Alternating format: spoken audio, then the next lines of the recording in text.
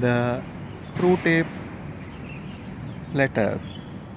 Letters from a senior to a junior devil by Professor C.S. Lewis, Professor of English Literature, Oxford University, Fellow of Magdalene College. Dedicated to J.R.R. Tolkien. The best way to drive out the devil, if he will not yield to texts of scripture, is to jeer and flout him, for he cannot bear scorn. By Luther. The devil, the proud spirit, cannot endure to be mocked. Thomas More. Preface. I have no intention of explaining how the correspondence which I now offer to the public fell into my hands. There are two equal and opposite errors into which our race can fall about the devils. One is to disbelieve in their existence. The other is to believe and to feel an excessive and unhealthy interest in them. They themselves are equally pleased by both errors and hail a materialist or a magician with the same delight. The sort of script which is used in this book can be very easily obtained by anyone who has once learned the knack, but ill-disposed or excitable people who might make a bad use of it shall not learn it from me. Readers are advised to remember that the devil is a liar. Not everything that Screwtape says should be assumed to be true, even from his own angle. I have made no attempt to identify any of the human beings mentioned in the letters, but I think it is very unlikely that the portraits, say, of Father Spike or the patient's mother are wholly just. There is wishful thinking in hell as well as on earth. In conclusion, I ought to add that no effort has been made to clear up the chronology of the letters. Number 17 appears to have been composed before rationing became serious. But in general, the diabolical method of dating seems to bear no relation to terrestrial time, and I have not attempted to reproduce it.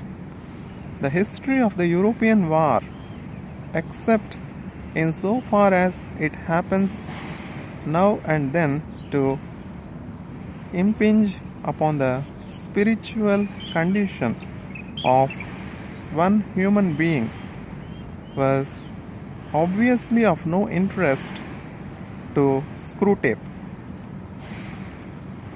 C.S. Lewis, Magdalene College, July 5th, 1941.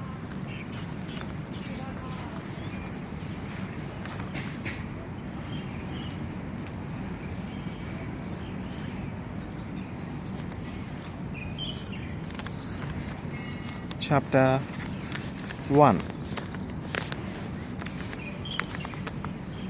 My dear Wormwood, I note what you say about guiding your patient's reading and taking care that he sees a good deal of his materialist friend. But are you not being a trifle naive? It sounds as if you supposed that argument was the way to keep him out of the enemy's clutches. That might have been so if he had lived a few centuries earlier. At that time, the humans still knew pretty well when a thing was proved and when it was not. And if it was proved, they really believed it. They still connected thinking with doing and were prepared to alter their way of life as the result of a chain of reasoning. But what with the weekly press and other such weapons, we have largely altered that. Your man has been accustomed ever since he was a boy to have a dozen incompatible philosophies,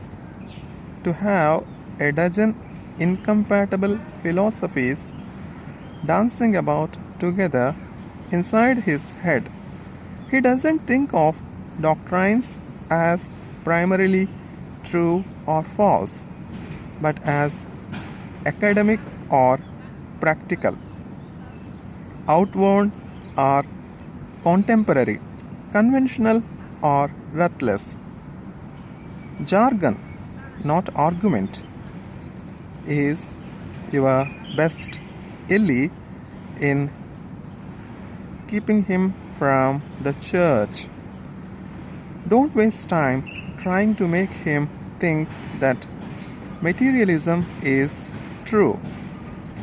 Make him think it is strong or stark or courageous, that it is the philosophy of the future.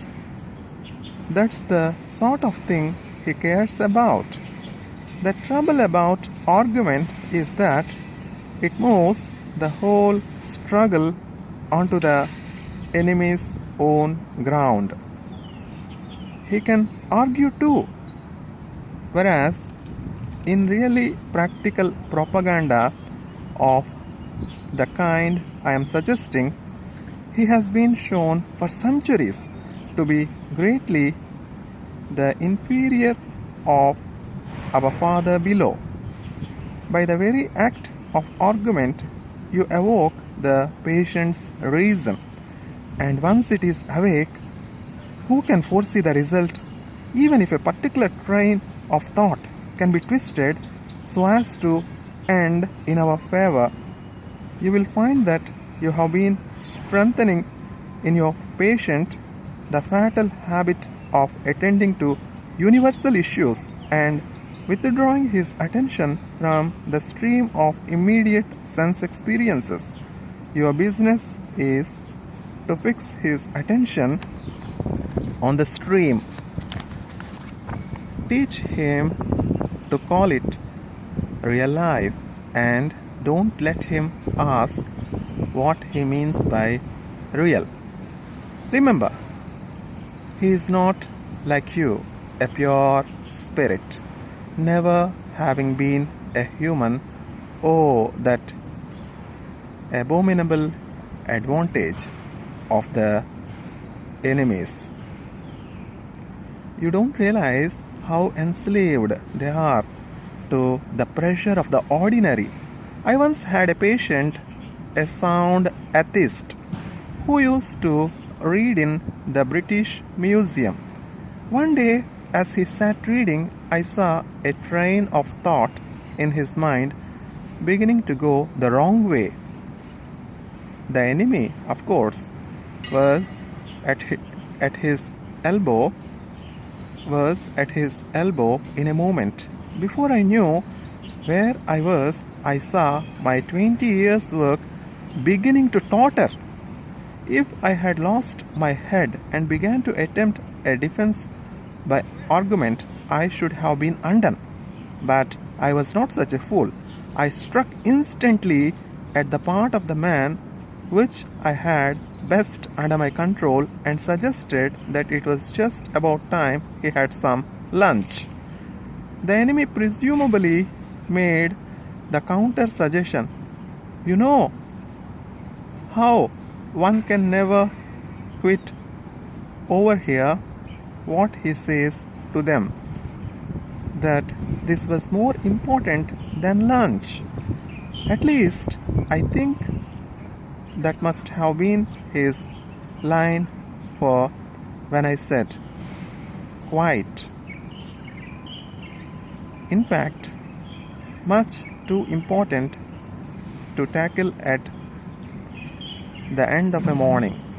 The patient brightened up considerably, and by the end, I had added, much better come back after lunch and go into it with a fresh mind. He was already halfway to the door. Once he was in the street, the battle was won.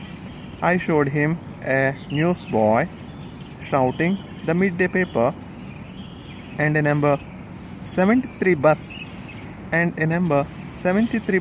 going past, and before he reached the bottom of the steps, I had got into him an unalterable conviction that whatever odd ideas might come into a man's head when he was shut up alone with his books, a healthy dose of real life, by which he meant the bus and the newsboy, was enough to show him that all that sort of thing just couldn't be true. He knew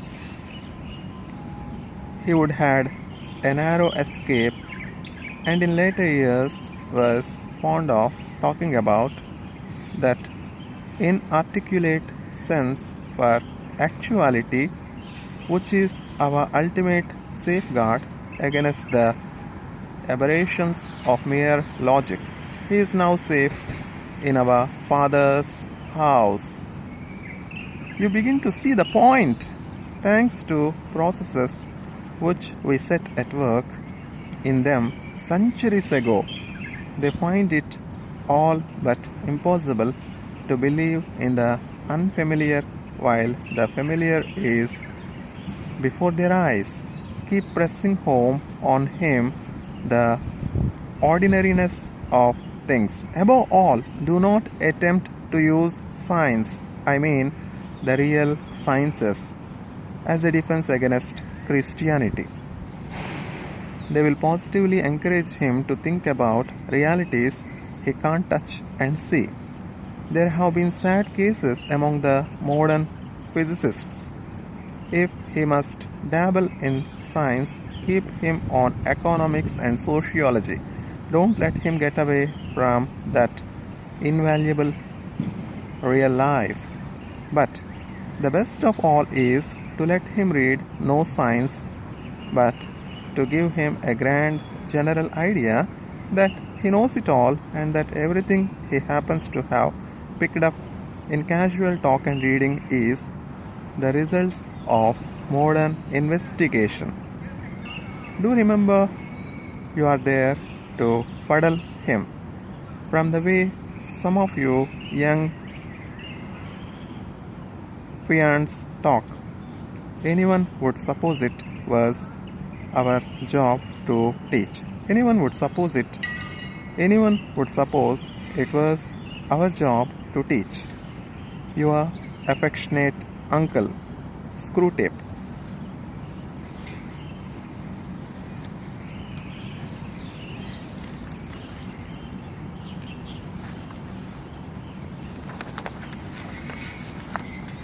The Screwtape letters by Professor C.S. Lewis, Magdalene College, 1941. Chapter 2. My dear Wormwood, I note with grave displeasure that your patient has become a Christian. Do not indulge the hope that you will escape the usual penalties. Indeed, in your better moments, I trust you would hardly even wish to do so. In the meantime, we must make the best of the situation. There is no need to despair. Hundreds of these adult converts have been reclaimed after a brief sojourn in the enemy's camp and are now with us. All the habits of the patient, both mental and bodily, are still in our favor. One of our great allies at present is the church itself. One of our great allies at present is the church itself. Do not misunderstand me. I do not mean the church as we see her spread out through all time and space and rooted in eternity, terrible as an army with banners. That, I confess, is a spectacle which makes our boldest tempters uneasy. But fortunately, it is quite invisible to these humans. All your patient sees is the half-finished sham Gothic erection on the new building estate. When he goes inside, he sees the local grocer with rather an oily expression on his face, bustling up to offer him one shiny little book containing a liturgy which neither of them understands, and one shabby little book containing corrupt texts of a number of religious lyrics, mostly bad, and in very small print. When he gets to his poo and looks round him, he sees just that selection of his neighbors whom he has hitherto avoided. You want to lean pretty heavily on those neighbors. Make his mind flit to and fro between an expression like the body of Christ and the actual faces in the next poo. It matters very little, of course, what kind of people that next poo really contains. You may know one of them to be a great warrior on the enemy's side. No matter, your patient, thanks to our Father below, is a fool. Provided that any of those neighbors sing out of tune or have boots that squeak or double chins or odd clothes, the patient will quite easily believe that their religion must therefore be somehow ridiculous. At this present stage, you see, he has an idea of Christians in his mind which he supposes to be spiritual, but which in fact is largely pictorial.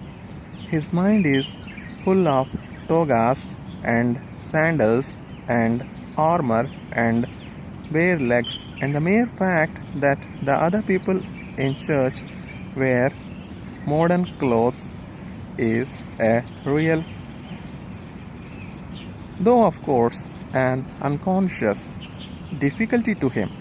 Never let it come to the surface. Never let him ask what he expected them to look like.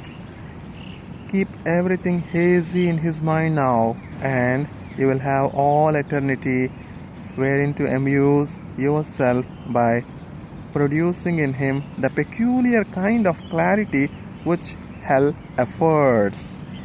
Work hard, then, on the disappointment and anticlimax which is certainly coming to the patient during his first few weeks as a churchman. The enemy allows this disappointment to occur on the threshold of every human endeavor. It occurs when the boy who has been enchanted in the nursery by stories from the Odyssey buckles down to really learning Greek. It occurs when lovers have got married and begin the real task of learning to live together. In every department of life, it marks the transition from dreaming aspiration to laborious doing.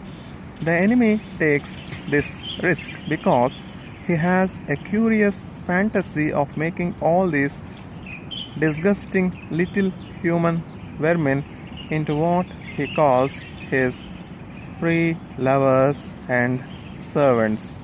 Sons is the word he uses with his inveterate love of degrading the whole spiritual world by unnatural liaisons with the two-legged animals. Desiring their freedom, he therefore refuses to carry them by their mere affections and habits to any of the goals which he sets before them. He leaves them to do it on their own, and there lies our opportunity. But also remember, there lies our danger. If once they get through this initial dryness successfully, they become much less dependent on emotion and therefore much harder to tempt. I have been writing hitherto on the assumption that the people in the next poo afford no rational ground for disappointment. Of course, if they do, if the patient knows that the woman with the absurd hat is a fanatical bridge player, or the man with squeaky boots a miser and an extortioner, then your task is so much the easier.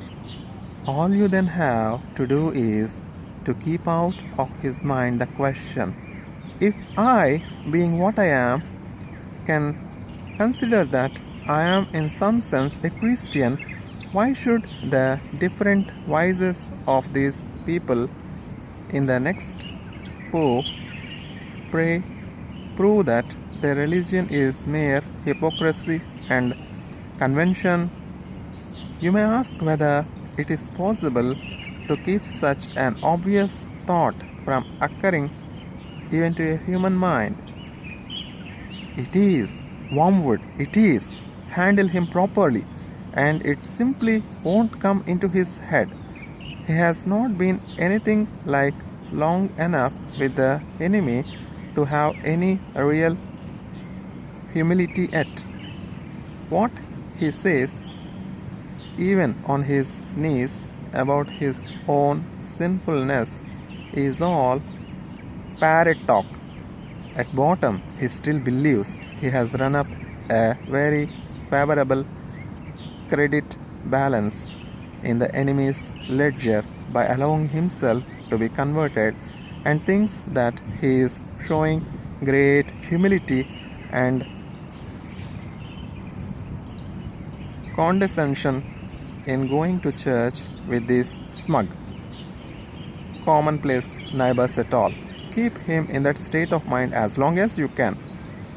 Your affectionate uncle, Screwtape.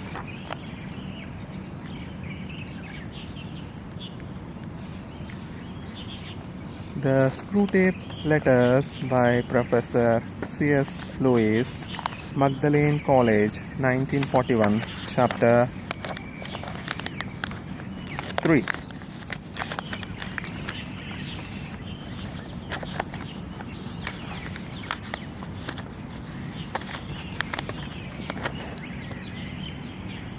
My dear Wormwood, I am very pleased by what you tell me about this man's relations with his mother, but you must press your advantage. The enemy will be working from the center outwards, gradually bringing more and more of the patient's conduct under the new standard and may reach his behavior to the old lady at any moment. You want to get in first. Keep in close touch with our colleague, Glubos, who is in charge of the mother, and build up between you in that house a good settled habit of mutual annoyance, daily pinpricks. The following methods are useful. 1. Keep his mind on the inner life. He thinks his conversion is something inside him, and his attention is therefore chiefly turned at present to the states of his own mind, or rather to that very expurgated version of them, which is all you should allow him to see. Encourage this. Keep his mind off the most elementary duties by directing it to the most advanced and spiritual ones. Aggravate that most useful human characteristic, the horror and neglect of the obvious. You must bring him to a condition in which he can practice self-examination for an hour without discovering any of those facts about himself which are perfectly clear to anyone who has ever lived in the same house with him or worked in the same office. Second, it is no doubt impossible to prevent him praying for his mother, but we have means of rendering the prayers innocuous. Make sure that they are always very spiritual, that he is always concerned with the state of her soul and never with her rheumatism. 2 advantages will follow. In the first place, his attention will be kept on what he regards as her sins, by which, with a little guidance from you, he can be induced to mean any of her actions which are inconvenient or irritating to himself. Thus, you can keep rubbing the wounds of the day a little sorer even while he is on his knees. The operation is not at all difficult and you will find it very entertaining. In the second place, since his ideas about her soul will be very crude and often erroneous, he will in some degree be praying for an imaginary person, and it will be your task to make that imaginary person daily less and less like the real mother, the sharp-tongued old lady at the breakfast table. In time, you may get the cleavage so wide that no thought or feeling from his prayers for the imagined mother will ever flow over into his treatment of the real one. I have had patients of my own so well in hand that they could be turned at a moment's notice from impassioned prayer for a wife's or son's soul to beating or insulating real wife or son without a qualm. Third, when two humans have lived together for many years, it usually happens that each has tones of voice and expressions of face which are almost unendurably irritating to the other. Work on that.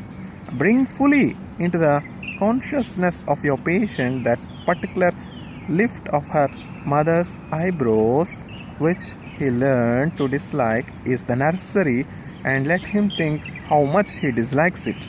Let him assume that she knows how annoying it is and does it to annoy.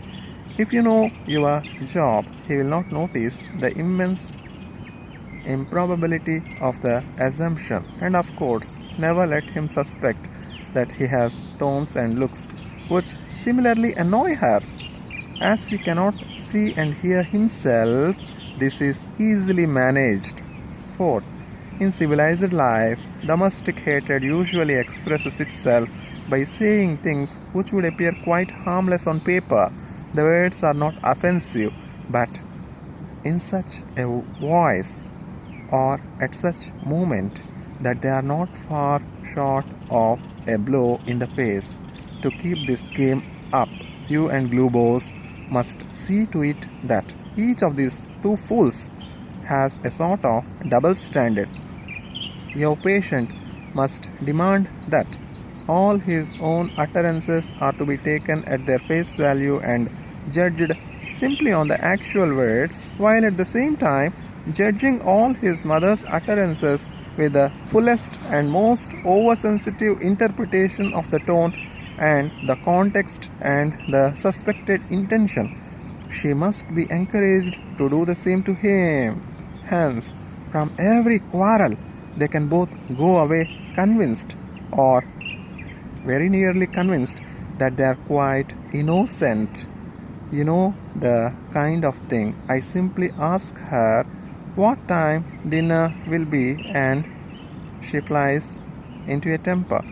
Once this habit is well established, you have the delightful situation of a human saying things with the express purpose of offending and yet having a grievance when offense is taken.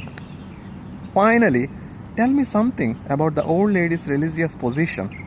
Is she at all jealous of the new factor in her son's life?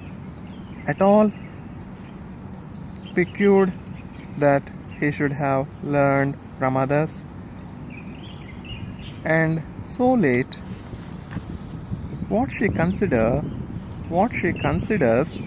she gave him such good opportunity of learning in childhood. Does she feel he is making a great deal of fuss about it, or that he is getting in on very easy terms? Remember the elder brother in the enemy's story. Your affectionate uncle, Screwtape.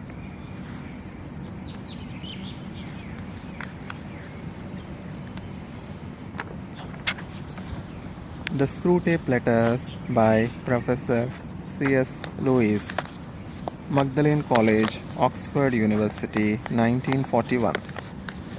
Chapter 4. My dear Wormwood, the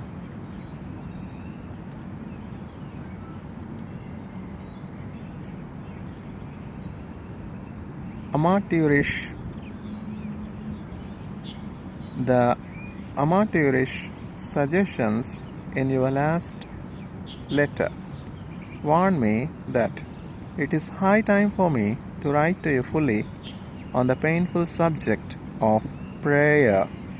You might have spared the comment that my advice about his prayers for his mother proved singularly unfortunate. That is not the sort of thing that a nephew should write to his uncle, nor a junior tempter to the undersecretary of the department. It also reveals an unpleasant desire to shift responsibility. You must learn to pay for your own blunders. The best thing, where it is possible, is to keep the patient from the serious intention of praying altogether.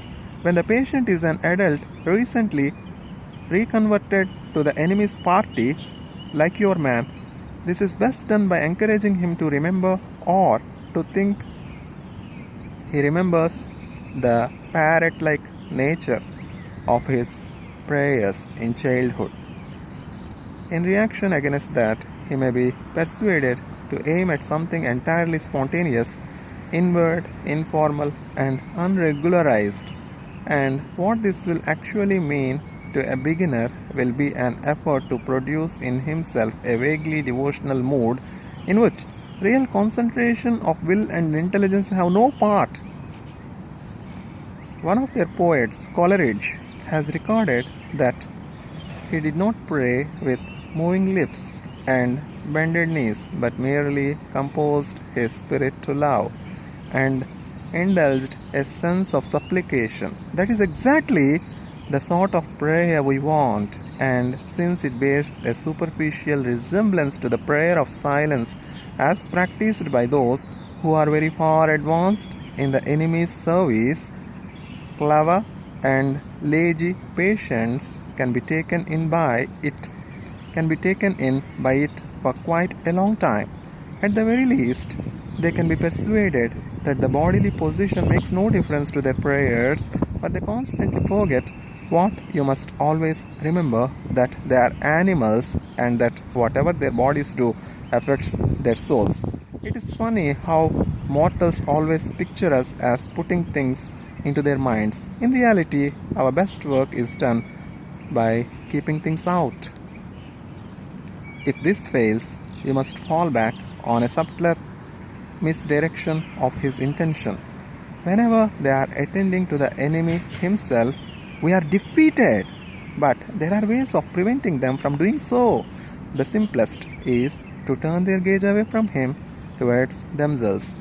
Keep them watching their own minds and trying to produce feelings, thereby the action of their own wills. When they meant to ask him for charity, let them instead start trying to manufacture charitable feelings for themselves and not notice that this is what they are doing. When they meant to pray for courage, let them really be trying to feel brave. When they say they are praying for forgiveness, let them be trying to feel forgiven. Teach them to estimate the value of each prayer by their success in producing the desired feeling, and never let them suspect how much success or failure of that kind depends on whether they are well or ill, fresh or tired at the moment. But of course, the enemy will not meantime be idle.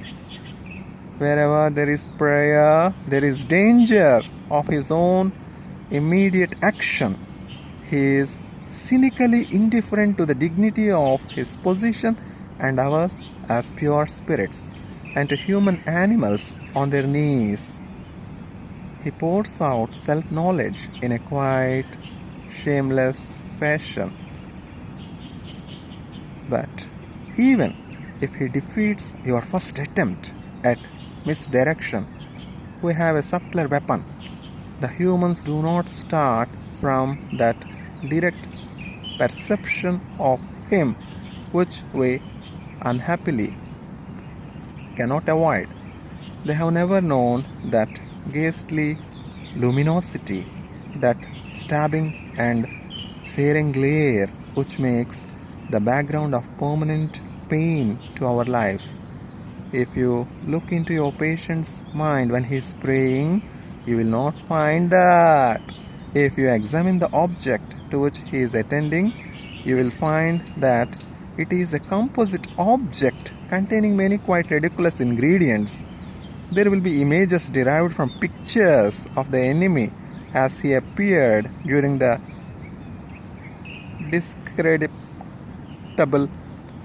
discreditable episode known as the Incarnation. There will be vaguer, perhaps quite savage and puerile images associated with the other two persons. There will even be some of his own reverence and of bodily sensations accompanying it, objectified and attributed to the object revered.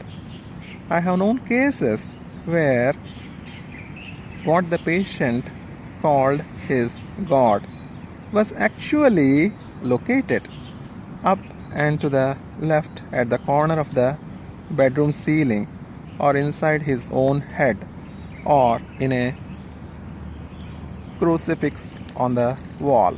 But whatever the nature of the composite object, you must keep him praying to it to the thing that he has made, not to the person who has made him.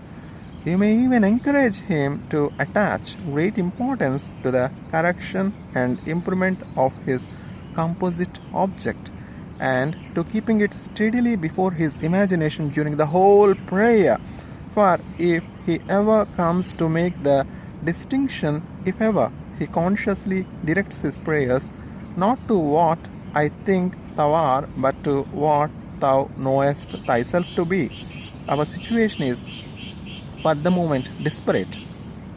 Once all his thoughts and images have been flung aside, or, if retained with a full recognition of their merely subjective nature, and the man trusts himself to the completely real, external, invisible presence there with him in the room and never knowable by him as he is known by it. Why, then it is that the incalculable may occur. In avoiding this situation, this real nakedness of the soul in prayer, you will be helped by the fact that the humans themselves do not desire it as much as they suppose. There's such a thing as getting more than they bargained for. Your affectionate uncle, Screwtape. The Screwtape Letters by Professor C.S. Lewis, Magdalene College, Oxford University, 1941. Chapter 5.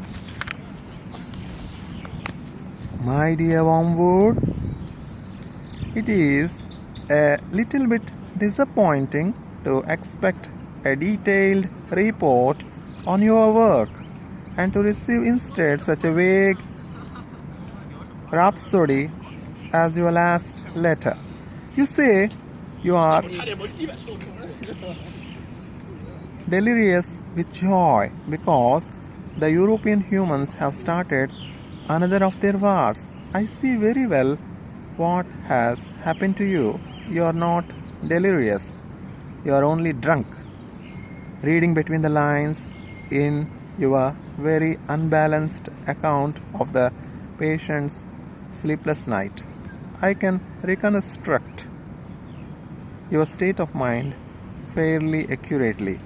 For the first time in your career, you have tasted that wine which is the reward of all your labors, the anguish and bewilderment of a human soul. The anguish and bewilderment of a human soul. And it has gone to your head. I can hardly blame you. I can hardly blame you. I do not expect old heads on young shoulders. Did the patient respond to some of your terror pictures of the future? Did you work in some good self-pitying glances at the happy past? Some fine thrills in the pit of his stomach were there? You played your violin prettily, did you? Well, it's all very natural. But do remember, Wormwood, that duty comes before pleasure. If any present self-indulgence on your part leads to the ultimate loss of the prey, you will be left eternally thirsting for that draught of which you are now so much enjoying your first sip.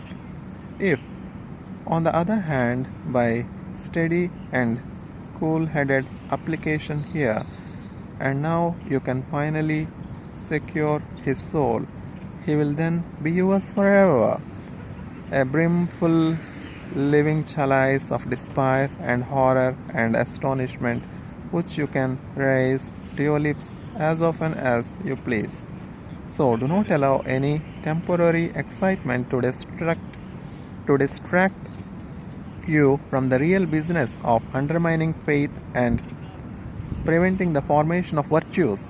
Give me, without fail, in your next letter, a full account of the patient's reactions to the war, so that we can consider whether you are likely to do more good by making him an extreme patriot or an ardent pacifist.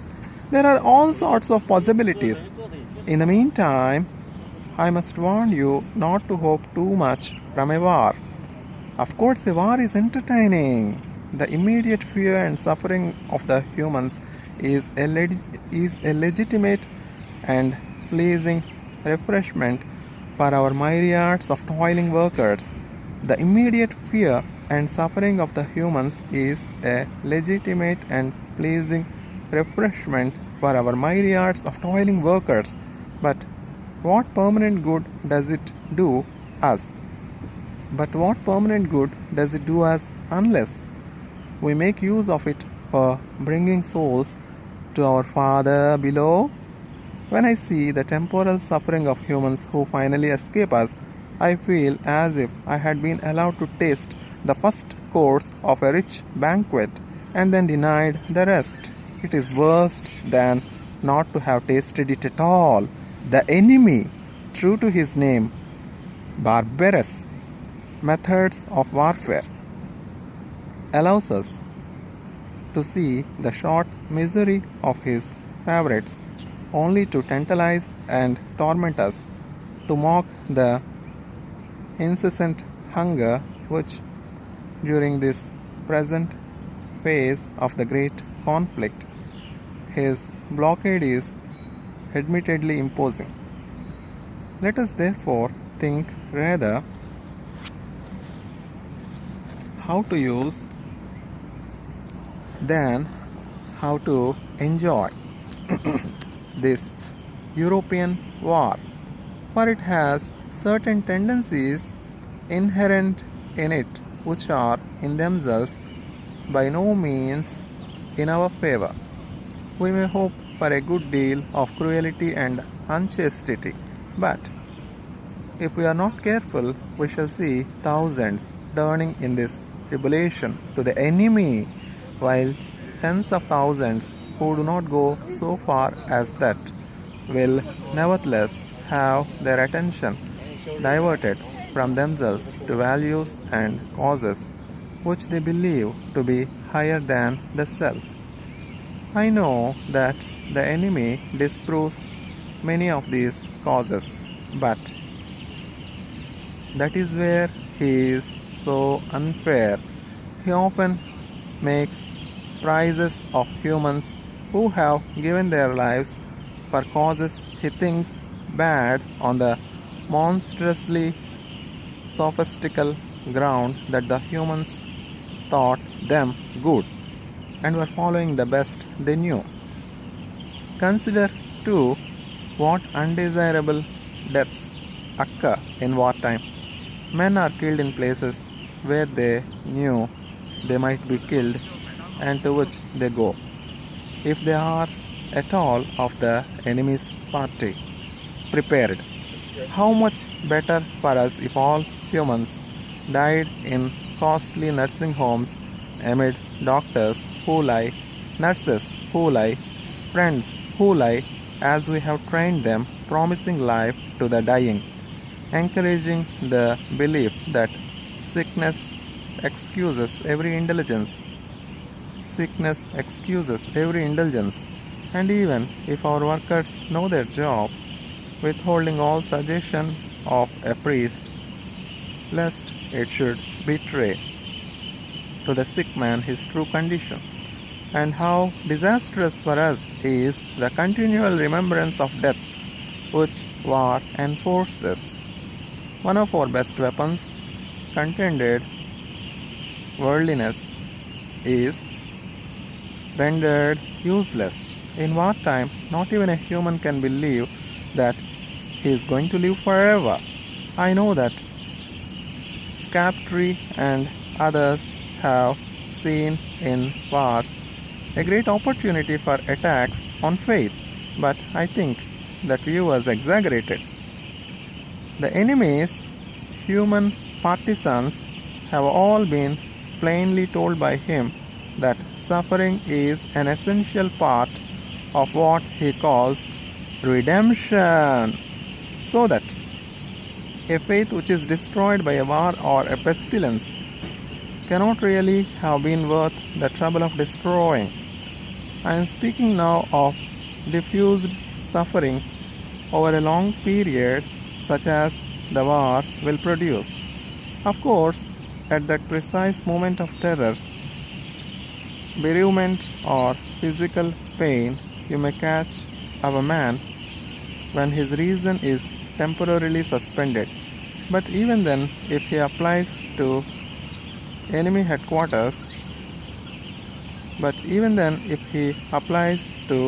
headquarters, I have found that the post is nearly always defended.